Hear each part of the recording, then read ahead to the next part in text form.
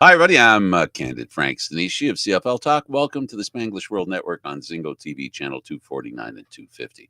Please remember to download the Zingo TV app at the respective app stores for iOS and Android devices. While you download, make sure you rate and leave a comment. Both apps are absolutely free. Zingo TV is available on Google Chromecast, Amazon Fire TV sticks, Roku sticks, and also on all smart TVs 2016 forward. Now, here we are, CFL Talk, of course, with David Morassutti. David, how's it going, bud? Great. How you guys doing? Oh, awesome. Hey, a lot going on today. Yeah, I mean it's everyone's back from vacation. I make the joke they're back from vacation, but I don't think I don't think there was much vacationing going on. Uh, it's an interesting time right now. And now we do a CFL show, and every end of season after the CFL parks itself, and we pay a little attention to the NFL.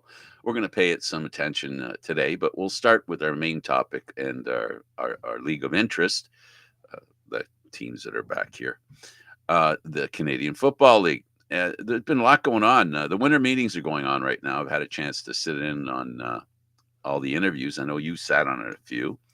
Some interesting stuff going out there. What touches you in as far as what's been going on in the CFL period? I mean, the big thing is just all the teams getting ready for free agency, making moves, right? Getting themselves we're still technically about a month away until free agency, and yet it almost feels like free agency is opening up next week with the way that everything's been operating. Well, I think what we're seeing. I apologize. I have a bit of a cold. David gave it to me. Yeah, through the power of the internet. Through the power of the internet. I got to tell you, because we always admit we follow the Argos more than we do any other team because that's where we are, and that's who we have, the games we go to. They really look like they're working on trying to keep McManus. They're making a lot of trades that save them a lot of money, which means McManus is going to make maybe even a little more than he made last time, and that's going to be a pretty rich ticket. Really, it should be when you look at how he's played for this team, right? It's not like he hasn't been, the catalyst for where this team has gone, right? This team's fortunes all changed, when Dinwiddie joined, but it also was the players that were brought in after him, and he was one of them. I think he. And we know how valuable his contributions are. We know how the team is when he's playing and how they are when he isn't playing. But there's also an understanding if you bring back McManus, you've got other needs to do. And this is something I think a lot of teams right now are trying to get a lot of their players done because they want to know how much shopping are we going to have to do? How expensive is our free agency going to have to be? Because we either keep some players or we didn't keep some players. And they all want the same thing, right? They want consistency. And I think this is a year where it seems to me teams in total, there's not as much movement with players. You mean continuity, I think. Yeah, continuity. Yeah. Sorry. I'll blame that on the cold. Everybody's trying to keep the guys they've got maybe more than most years. And I think that it's because of the parity in the CFL is like it's never been, which means you don't want to lose a step on your opponent. So you're doing a better job of trying to keep player. Every team right now is trying to figure out how to gain that competitive advantage, right? So for the teams that have been doing so well, it's how do we keep the band together without having to change the formula? But you even heard Pinball say on the call today, once in a while your team needs a bit of a refresh. Right? Every team goes through some period of transition. And the Argos have been through that. Even when after they won their first Grey Cup, there was change, right? Now, did it sometimes the change is good, sometimes the change is okay. Like we kind of hope the week don't have as much right as we would want. Right? Teams like the continuity, players like the continuity, but players also like the opportunity, right? And we're seeing, I think what we're seeing right now with like a lot of the moves that have been happening. For some players, it's all right. We're getting, we're getting more opportunity, but we're also maybe having to go somewhere else to get that opportunity as well. Well, look at the last trade they made. They did. There were so many. There have been so many trades this past couple of days after the meetings end. So the reporters can't ask because the trade's been made. Adetoboye gets sent to Ottawa Mhm. for was a sixth round pick or fifth? Fifth round pick Fifth and round a pick. player And a on the negotiate. defensive lineman, the rights to a defensive lineman. Yeah. Uh, I think that trade tells it all. What the Argos are looking for are that they're going to need some help on their defensive line, and that trade is helping them do that. They feel they have some depth there. They have a big Canadian fullback there. I think that we'll see more time now, and he moves up the depth chart. Adetoboye, before he was injured last year, the year before the Grey Cup, the first, you referred to it as the first Grey Cup. I'll do that as well. We'll call that the first Grey Cup of the pinball um, new era with the Argos. Mhm. And yeah, so he didn't have that good a year this past year, and I think he became expendable because of that. Now it could have been him still recovering. A lot of times, players like that have an injury and they don't recover completely, even emotionally, because of the injury. They need a little more time, and we'll see how he plays in Ottawa. I think he'll be a really good asset there. And the Argos are going to try and rebuild their defensive line, which they already rebuilt last year. It's not like when you refer to refresh, reset, it's it's more like duck and cover. you know, watch out because we're losing players. They're going they're going down south or they're going they're just going and not. It's a good move for them. It's something they have to do, and I really believe that's a signal to me that they're looking for money, and I know where they're going to put that money. And when Dinwiddie spoke to us today, signing McManus didn't sound like something that was iffy. It's going to happen. It's just a matter of when, and it'll probably happen in the next week, if not in the next couple of days. I think of it too this way.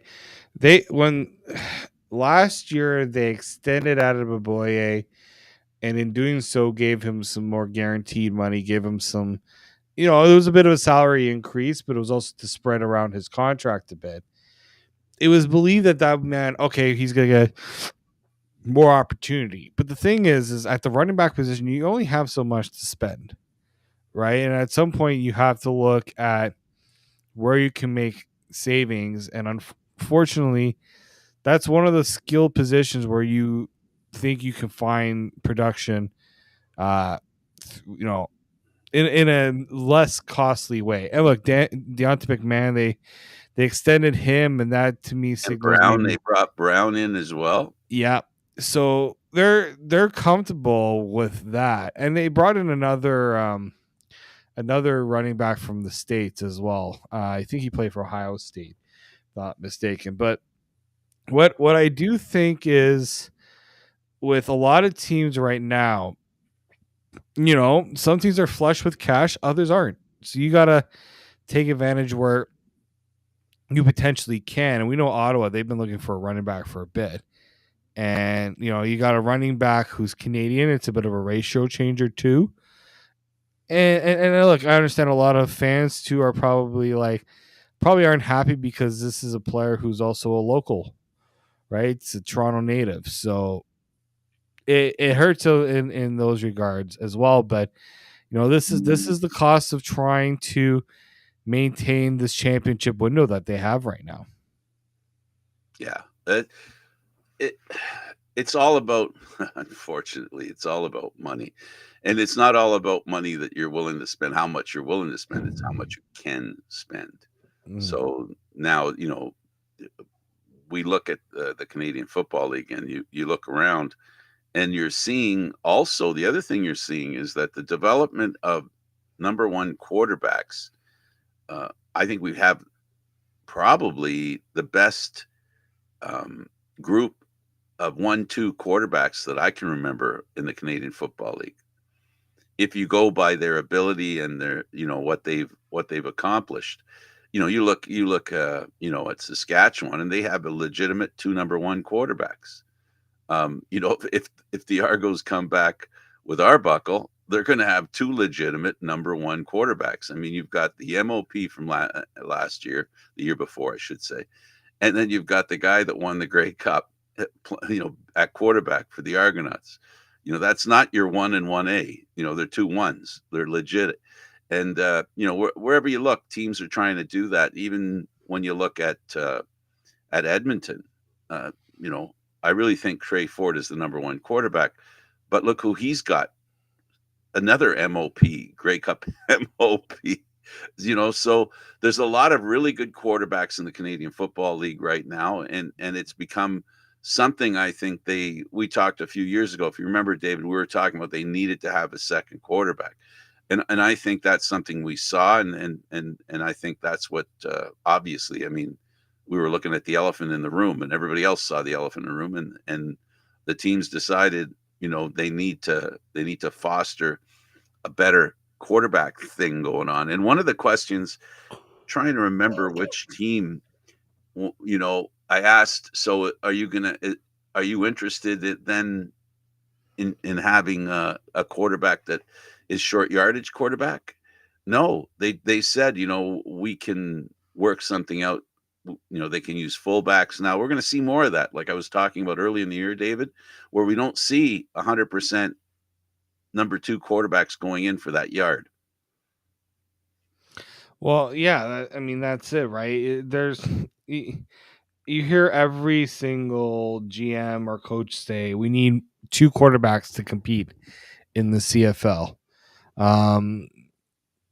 Every single team, I believe, has, I would say every team almost has their quarterback room spoken for. I know Toronto said they're looking to bring Arbuckle back, and that's something that they're going to try to hammer around and get done. He said he's close. They're close, right? And even Pinball said like they're working on it, right? So that's when it comes to the quarterback position, it's almost like every team.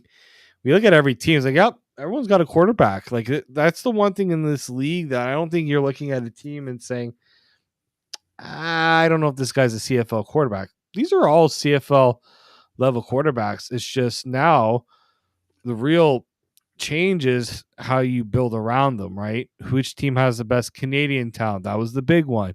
Which teams have, the best defense? It's just like you're trying to find those competitive advantages. Quarterback is one where I feel like I wouldn't say level playing field, but it's almost like there isn't this huge gap as we used to see. And so, I mean, maybe with the second quarter, and look, now I think more teams are getting even more prepared with that second quarterback than we've seen in a long time. I think what happened to Winnipeg in the Grey Cup really changed. I mean, I'm sorry, Winnipeg and Toronto, because we had 2 ends of the spectrum there. One team that was prepared for the injury while the other team was not prepared for the injury. You saw the 2 spectrums there that really made teams realize, okay, we say we need 2 quarterbacks, but now we actually have to plan to have 2 quarterbacks in this league. Now, in defense of Winnipeg, we don't want to make it sound like the management made a decision that it was a bad decision. The decision was made for them when Strebler went down. Yes. And the only thing you can say about management is that they didn't find somebody that they trusted. And this is the key here. This is the big key. This is what that game highlighted. And I tried to talk about that with Winnipeg's GM. And that is, in the Grey Cup game, once their number 1 quarterback went down, Winnipeg did not have an option. And they had to play their injured number 1 because I don't think they had enough faith in their number 3 that was number 2 at that point. While the Argos were using their number 3 because when the season started, I don't think we have to remind everybody that Arbuckle was not the number 2 quarterback. He sat on the bench when the first 9 games when we had the issue with Kelly out for suspension. Arbuckle wasn't the quarterback, so you can't say a third quarterback isn't important now either. That's what the experience with the Argos said. Because if the Argos didn't have the third quarterback and their second quarterback was injured and their first quarterback was injured, they would have had no quarterback, but they had Arbuckle. Whereas the opposite is true with Winnipeg. Their first and second quarterbacks were hurt, and they didn't bring in the third guy. So it's gotten to that point. And I said earlier in the year, it looked like they were getting away. Some teams, at least, were looking like they were getting away. I think it was Ottawa that's getting away from having the quarterback to run the 3rd and 1.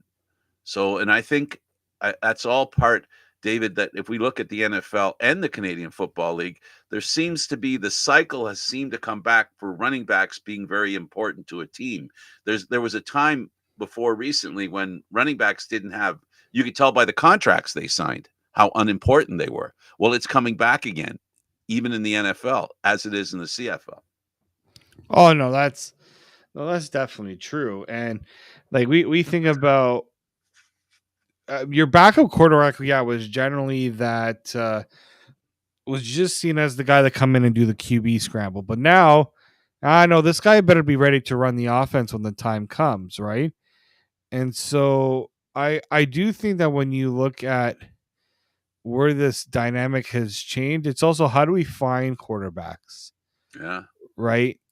A lot of these, you get moved around, but also trying to find quarterbacks elsewhere, right? I'm curious. I haven't really looked too much at the CFL draft and the draft boards. I know that obviously Curtis Rourke, Nathan's brother, is going to go for the NFL. Yeah. Like where, where do we stand on that? Right, like drafting quarterbacks or trying to find quarterbacks. I'm very curious to see how that all. It's still a little. I know a lot of people aren't talking about CFL draft right now, but like that goes into long-term planning of how these teams prepare for it. Well, David, if you're making the priority that the quarterback has to be the guy, the number 2 has to run the offense instead of saying, okay, he's the guy that does our 3rd and 1. Sorry. You're gonna force yourself to pick somebody that's more suited for the role of being the quarterback, not the guy that gets your 3rd down, right? The Streveler type of guy, we're going to see less of that, and we have seen less of that. We're seeing more and more that the CFLs realize that, and the teams almost as a rule have realized you got to have 2 really good quarterbacks if you want to have success in the Canadian Football League. And what happened last year in the Grey Cup? What happened the first year the Argos won the Grey Cup? I mean, they had a backup quarterback that came in and won the Grey Cup for them, that being Kelly. So I think the message has landed, and I'm wondering how important that 2 quarterback situation that the rules have allowed has made that also a subtle difference. Now nobody's using that yet. Nobody's put 2 quarterbacks out there at once, David, but they can. That's just the thing. So it's interesting. That part's interesting. As far as the rest of the teams are concerned, there's a lot of change going on in the Canadian Football League. A lot of management change. The one that impresses me the most is Mark Killam. He's a guy that now is the head coach in Edmonton. He's been ready to be a head coach. And then we have in BC, Buck Pierce, who's been ready to be a head coach for a very long time. He gets his chance. The other thing I wanted to discuss with the GMs is this this thing where they seem to be trusting first-time coaches more right now than they have at any time that I can remember in the recent past. What I think this speaks to is the recycled coaching carousel, or however you want to call it. In maybe a lot of ways, teams are like, okay, some of us have been down this road. we need to go down a different path. And it's just also the development of coaches nowadays, right? I think maybe in the past there could be some criticism on not really developing coaches or having coaches ready to take that step. I don't think that's the case anymore, really. We have seen a true rise in capable coaches, which speaks volumes to where the league is right now, I think, in terms of how they've taken, I guess, how serious it is. They've taken the idea of developing coaches. Like, look at Mark Killam. You just brought him up. 20 years in Calgary. Like, he's not an old, he's not old by any stretch. Okay, maybe a little less, about 20 years to say in Calgary. Like, he's not old by a sense. This is somebody that was groomed from, a young age to be a coach. And even Dave Dickinson said, like, he was surprised that it took them this long. And Killam's like, well, it was a little easier this time to take a job when you don't have a job. Right. I thought that to be a pretty humorous. Yeah, well, that's because of the question that I asked him, and What made this one right? Well, needed a job. So I think, yeah, Buck Pierce, Corey Mace last year, Ryan Dinwiddie, Ryan Dinwiddie when he was brought Jason in. Moss. Moss is a little different because he was coaching for a bit. When he first the first time he got in with, I think it was Edmonton, right? Was his first head coaching gig. Yeah. But again, it's that development curve of you're seeing these players really take the, some of them are like, okay, well, I'm done playing. I'm gonna get right into coaching because I feel like I can develop myself into being that next guy.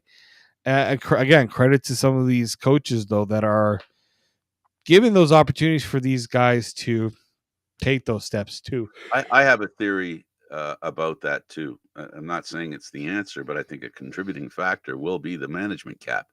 How does that impact? Well, very simply, that if a coach is a really good coach and the head coach knows it, they used to be able to throw a little more money at them so they'd stick around. Now, a head coach candidate is only going to get the decent money that he's looking for if he becomes a head coach, because there isn't that much money now where you could have, like we're talking about, 2 quarterbacks, not a backup, but a 2 starting quarterbacks. The same is true now with coaches for a different reason. Once a guy develops a reputation that he's a really good coach and he's so good that he could be a head coach, but we have him here as an assistant. That's harder to do with the management cap in place, because you can't afford to pay 2 guys to be the head coach. One, because you don't want to lose him, and the other one because he's your head coach. That can't happen anymore. So now I think maybe that's part of the reason why you've got all these young guys that are becoming head coaches, because quite frankly, they're springing free because teams can't afford to keep them on their payroll. And I look at Mace as one of those. I look at Mark as one of those that we just talked about. Even Dinwiddie could be one of those where, for them, teams won't stand in the way of them getting a higher position. But along with that higher position comes more money. So, it's the financial reward for taking a chance on a guy is that he springs loose. He's a guy who could be a head coach. Now you pay him like a head coach, and then you see what kind of success you have. And there's been a lot of success with first-time coaches recently. Well, yeah, I mean, look, like Corey Mace had some great success first year in Saskatchewan, Dinwiddie in Toronto. It's not necessarily that they're first time coaches; it's where they've come from, the coaching tree. We talk a lot. Sure. You ask a lot of people in the NFL, right? You had the San Francisco coaching tree, all the guys who were under. You didn't hear what Dinwiddie said today. I missed Dinwiddie today. I know. You know what he said? He said, if you look at the NFL now with head coaches, they're all sons of former head coaches. Well, not only that, it's you look at the where they've gone, right? Who are they assistants under? Like, there was a time where it was valuable to be an assistant under Coach Bill Belichick because everybody wanted to get somebody from his staff. Didn't necessarily work out once they went to another team, right? So I think it's where they come from too that really plays into it as well, right? You see with Saskatchewan, they went after Mace after Toronto wins a Grey Cup, and he also led them to this great regular season. Oh yeah. So Saskatchewan's like, we need to see what can he bring from there to help our team. And Edmonton, right? They're going after Calgary, a team that they've always maybe been a step behind, right? And how can we change the culture that we have in Edmonton? Let's bring somebody from Calgary who knows what it takes. And you heard Mark Killam talk. And he's a local guy too. He's a local guy, but he's also a guy that is very confident in what he can do as a coach because he said it. I wasn't just a coach that was in the back, right? Just kind of observing. I was in the front as a special teams guy, assistant coach, Yeah. talking to the players. So he's done a little bit of that. So you probably, if you're Edmonton, you feel confident in that because you've seen a guy like Killam um, do it there, right? You've coached the game, you've gone against it, and he's probably gotten a lot of nice reviews from anyone you talk about around league. And it's apparent when you talk to him. Like, this is the first time I've ever seen him talk in front of the media. So it's you can see why Edmonton went in that direction. Yeah, I got to know him a little bit. Previous Grey Cups, the ones where Calgary were involved in the Grey Cup against the Argos and some other ones that they played in, and I had a chance to talk to him. And I always thought of him as a bright mind when it comes to football. So I wasn't surprised that he was made, the assistant coach in Calgary, and I wasn't surprised that he has become a head coach. Buck Pierce is a guy that it didn't surprise me that he became a head coach. I really thought he would have done it a lot sooner, and there were some teams sniffing around Winnipeg asking for permission, right? That wanted him. For me, he could have been a head coach too a lot sooner. And now the opportunity has come in a place where he used to play. Um, you know, uh, and I think he'll be successful, and he's there for a specific reason. He's there to help their young quarterback, and he's confident he can work with them. And when I talk to him, there's no question that they know who their number one quarterback is. Yeah, I mean, look, 10 years as a coordinator, right? He was, I believe, he was right out. It was right after his playing career too. Like Right. La he Police was in the position for 1 year, and then La Police left to be a head coach in no, was it Ottawa? yeah, it was Yeah, I Ottawa. guess it was Ottawa, and then he took over as the offensive coordinator in Winnipeg. Yeah, he did take over when La Police left in 2020. He had about 5 years under his belt as like a positions coach before he became the offensive coordinator. But yeah, I mean, this is, I know that some people are wondering, oh, why go this route? There were quite a few people involved in that BC hiring process.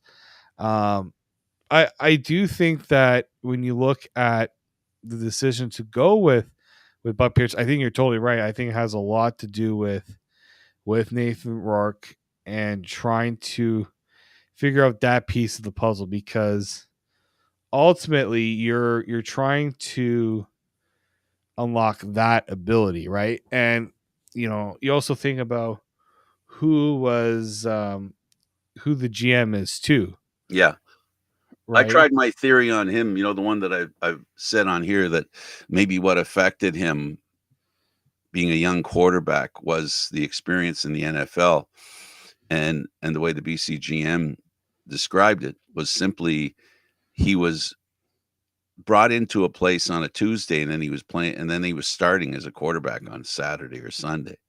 He didn't have a lot of time to prepare for games, and he was on a carousel of teams. So it might have played with his mind a little bit. So now I think this off season will be a good reset for him, and then he'll be able to be with a guy who understands what it's like to be a quarterback and has had some success. And I look forward to a good season from BC. I mean, BC's got a lot invested, right? That's not a team. That's an owner that wants to see improvement. They don't want to be. They're not they're not content with just making the playoffs, right? Not just Uh, competing. right. They don't want to just compete. They were very disappointed that they were not in the championship conversation last year. Well, we witnessed the reason. We were in BC to watch the Grey Cup, so that was, there's a lot of motivation there for him to want to get his team in there. But it's going into Winnipeg. Irony of ironies. After 5 straight, visits to the Grey Cup, 5, right? 5 Grey Cup visits in a row. They're going to have to make it 6 because now it's in their barn. Talk about making it easy on them, right? I do think that if you're Winnipeg, you're seeing teams around that understand that they got to push, right? It's an unprecedented thing to see a team go to 5 straight Grey Cups. It's also very unprecedented to see a team lose it 3 times in a row. So if you're Winnipeg, there's a lot of pressure right now in Winnipeg, I think, this year. I think out of all the teams in the league, no one has more pressure on them than Winnipeg and Hamilton. Absolutely, and both for the same reason. Yeah. Having success getting to the Grey Cup and not succeeding. Having, multiple disappointments in the Grey Cup. That's the kind of pressure that's unique, but it's not unique to those 2 teams. When you talk about Hamilton, this is a team that if they straighten out their defense, I know I keep saying it, but it's been inching along. The league is becoming more and more competitive. There are no longer just also-rans in the Eastern Division anymore. We're seeing, since Hamilton finished first and had all those great seasons, and they were head and shoulders above the other teams in the East. Once that ended, and once the Argos took over, it hasn't been because the Argos have been the only team playing well these last 3 years. They've had company, the kind of company the Eastern Division didn't provide before that, and that's great. But it also makes things very interesting, and I think it's a great time to be a CFL fan right now. Oh, definitely. I think maybe if you're a West Division fan, you're obviously annoyed that it's always Winnipeg there. I get that, but I think it hasn't been easy for Winnipeg either, though. No, it's been a tough road for them to get to the Grey. The reason why they've struggled in the Grey Cup because getting to the Grey Cup has not been easy for them either. So even though they've only had to play 1 game to get there, but this past year was the biggest struggle that they had because they went from being a team that did not come out of the gate hot. They were a team that some thought, even myself, I wondered if they were even going to make the playoffs. Yeah, you weren't alone. I was like, I don't know if this is real, but you remember who the running back wasn't, and we just found out how important the running back is to that team, and why he is an MOP and why he's paid so much. So that can be said too. So the winter meetings are over. The teams and the coaches, the coaches and GMs have been spoken to. A lot of interesting news.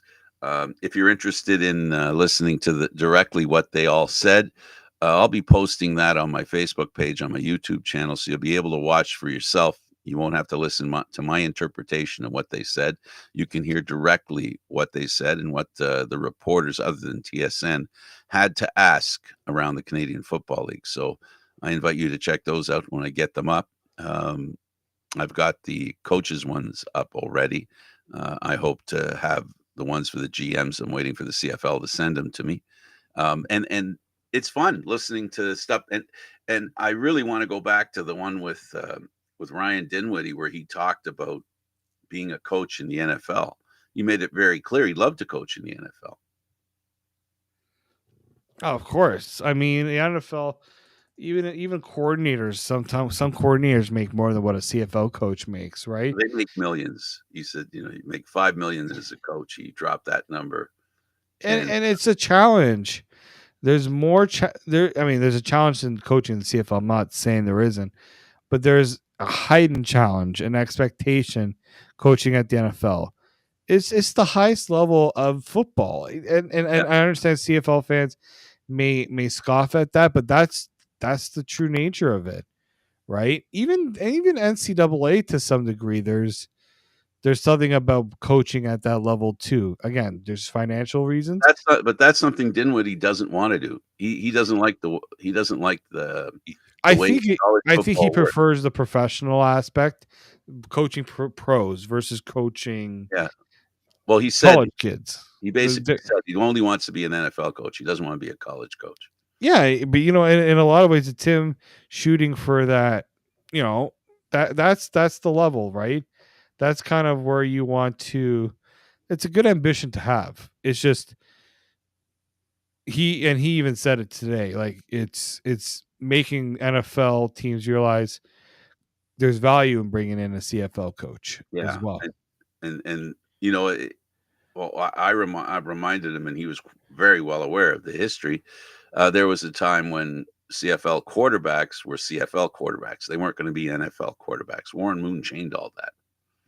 And he also addressed the fact that there had been CFL coaches historically that have gone to the NFL, but that's back in the 70s, a long time ago.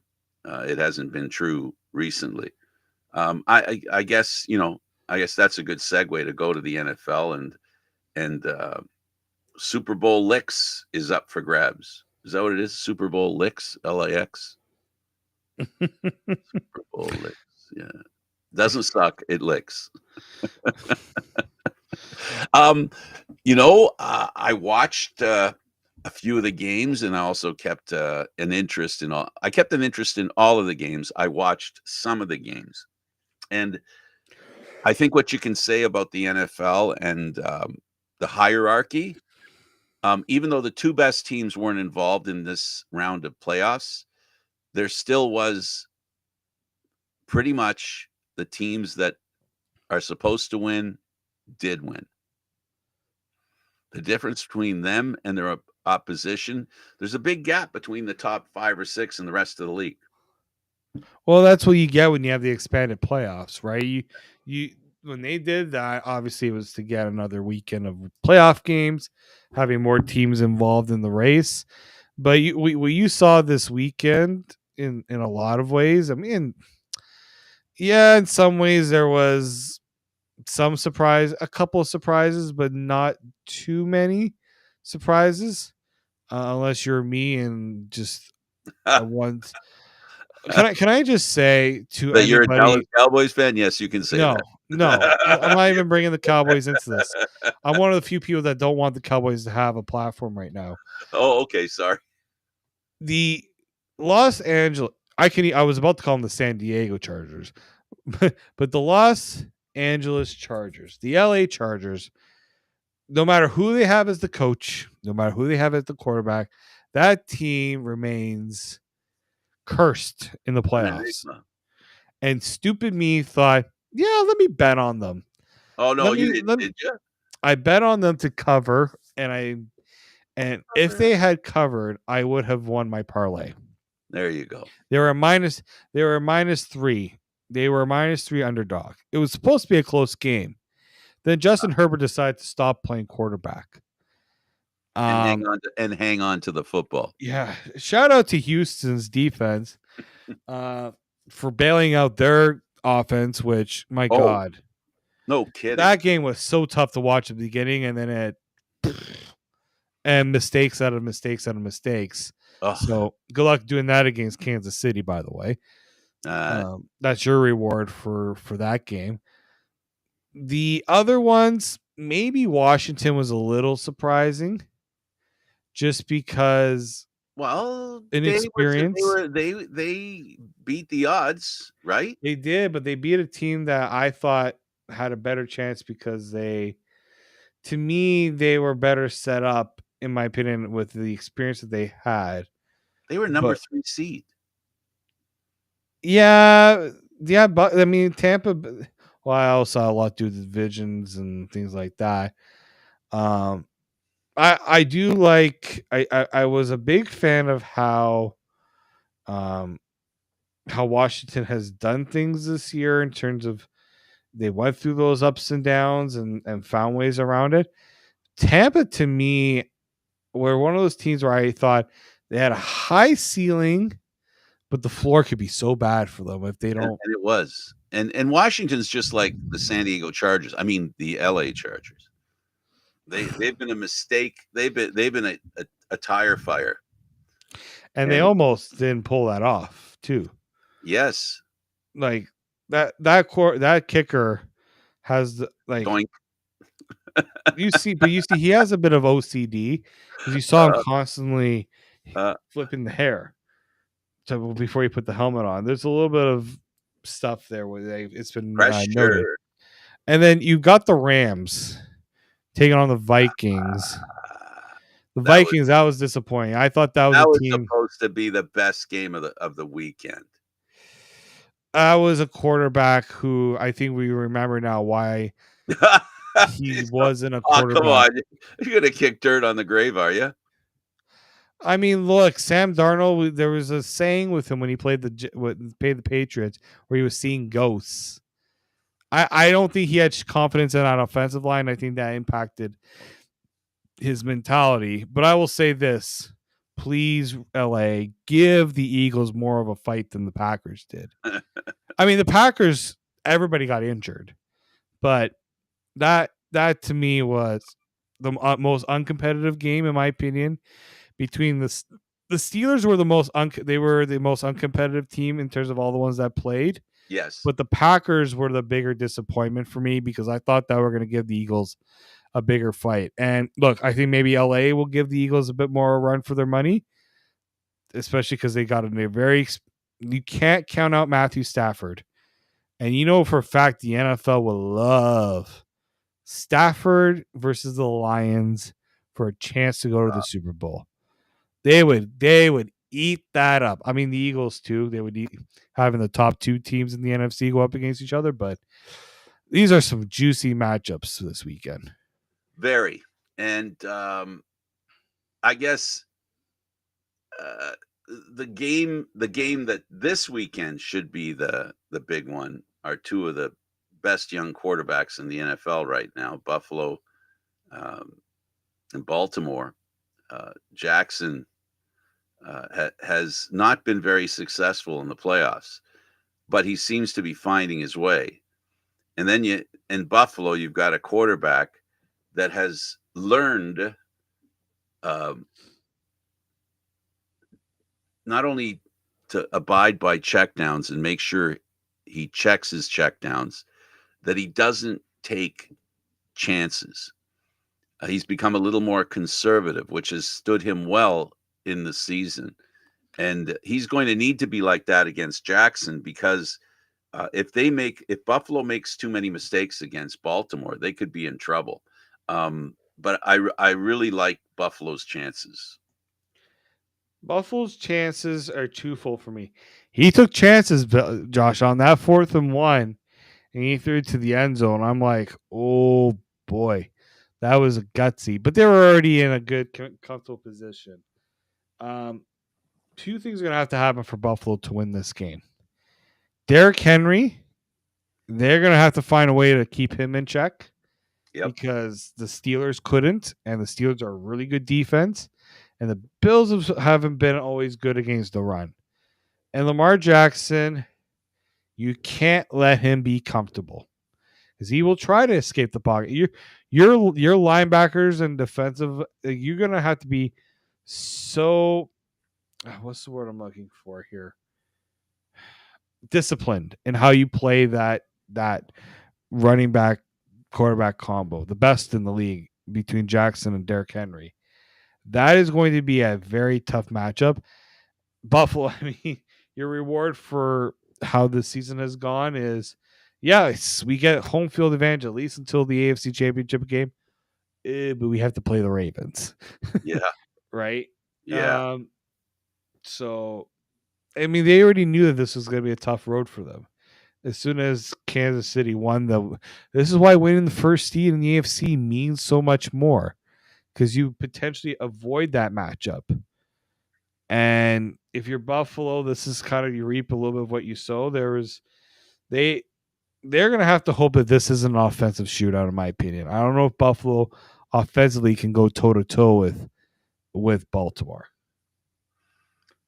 Uh, has Jackson? The question really is: has Jackson figured out how to play in the playoffs? Has the team that he plays for figured out how to play in the playoffs? They won this past game. Historically, they haven't been very good. He hasn't been very good in the playoffs. If he's figured it out, when we talked about the Canadian football and we talked about the quarterbacking, how it's improved in the Canadian Football League, the NFL, yeah, it's been improving and it improved the last couple of years. And Jackson's the kind of guy that if he plays the way he's capable, he can win on his feet and his arm. So he can kill you two ways. And the Bills have the same kind of advantage, but I agree with you that Buffalo's going to have to come up with a better defense just so their offense can spring free. If they can create a situation where they get good field advantage because of their defense, that offense will work well. I don't think the offense will work that well. They've done it a few times this year watching them, but in the shadow of the goalposts, they're going to need a lot of points to win. I think this is going to be a shootout. I really do.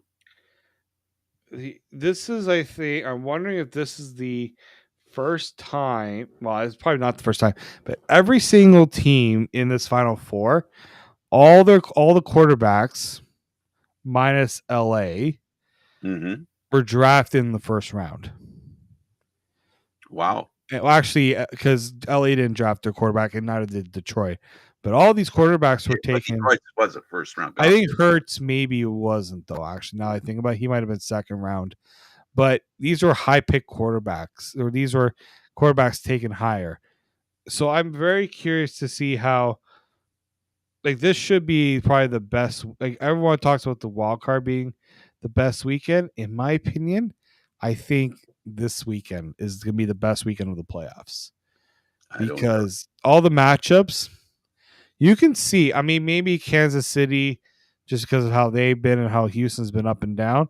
But I can see a reason for each team winning their matchups. I really can, but there are clear favorites, right? Detroit, Philly, Kansas City, Buffalo, Baltimore. That to me is the biggest toss up. I think it's if it gets into high shooting, oh man, Buffalo better be ready to for that. Absolutely. Absolutely. It's going to be interesting. I still think Buffalo will end up meeting Kansas City again. And I'd be very interested, will Philly be there again? I agree with you. I agree with you. LA Detroit is the match that television wants. But if you wanted to see something like that would really blow people's minds, that would be Philly and Washington. But I think it will be LA and Detroit. I think they're that good. So that'll be the setup for the Super Bowl, and we can talk about that next week. Um, I guess. Who do you think are going to be in My the early final pick for NFC final and AFC final? I think it's gonna be if the Lions can do what the Lions have done throughout the year. I still like the Lions. Give me Baltimore. I think Baltimore's got the right ingredients. I think the winner of that Baltimore Bills game is going to go to the Super Bowl. You think they're going to roll past Kansas City if they get Yeah, past I don't know if think Kansas City's got it this year. I've been proved wrong a few times before with Kansas City. I don't think this is the year for them though. And that would be because their offense isn't as I just think impactful. that I just think this is They need more than just Patrick Mahomes to win this. Their defense still remains one of the tops to beat, but I think it's beatable. They don't have the star talent that they used to. They really don't. And we're getting to the point where the history that they've had, where they've been on the verge of losing a game, that could run out on them. And I'm a KC fan. They've won a lot of games. I'm not going to say they shouldn't have won, but they've won every game that there was a possibility that they lose. They've won games. They've really they've stayed one step ahead of the Grim Reaper all year. The question is, will they be able to do it a couple more times? And to your point, David, if they can, then they will win. If they can't, they're going to be up against. I wouldn't even suggest, and even as a KC fan, I don't think the Texans are going to be that easy to beat for KC. No. To be honest with you, so they're still running just ahead of the Reaper. So, yep. For me though, I guess because I'm a KC fan, I'm saying KC, and I think a great game would be KC against Detroit, and that would be a Grey Cup. Grey Cup. I got CFL in my mind still. A Super Bowl that would be interesting, that didn't involve the left or the right coast. Interesting. Because that's the media. The media loves the East and the West Coast, right? LA, New York. Give us that. Mhm. That's what we want. That's where we make all our big money. And these would be, if you know what I mean, this would be the blue states Super Yeah. Bowl. So it is, the flyover states getting their glory. Final word to you, my friend. It'll be a fun weekend of football. I'm glad. These are the times where you crave football, and they're bringing it this weekend will be big. Yeah, the Grey Cup sets up some really good football. It was a great game, and the games following it in the NFL are great games as well. Mm-hmm. So enjoy the football this weekend, folks. However it comes, enjoy it. David, thanks for doing this. And what am I doing here? Oh, I know what I'm doing. I'm going to say goodbye. So for David, I'm Candid Frank Stanisci. Thank you for watching CFL Talk, airing live Mondays at 4 p.m. We took it a day later. This show can also be heard on the Spanglish World Radio Network. For CFL Talk, news, entertainment, and other sports programming we offer, please check out SpanglishWorld.ca. Spanglish World. Watch it, hear it, read it, download it, and watch it. I'm Candid Frank. Enjoy the football this weekend. I'm going to work on this cold. I don't know what you're going to do. I'm going to work on the cold and watch football. Until next time.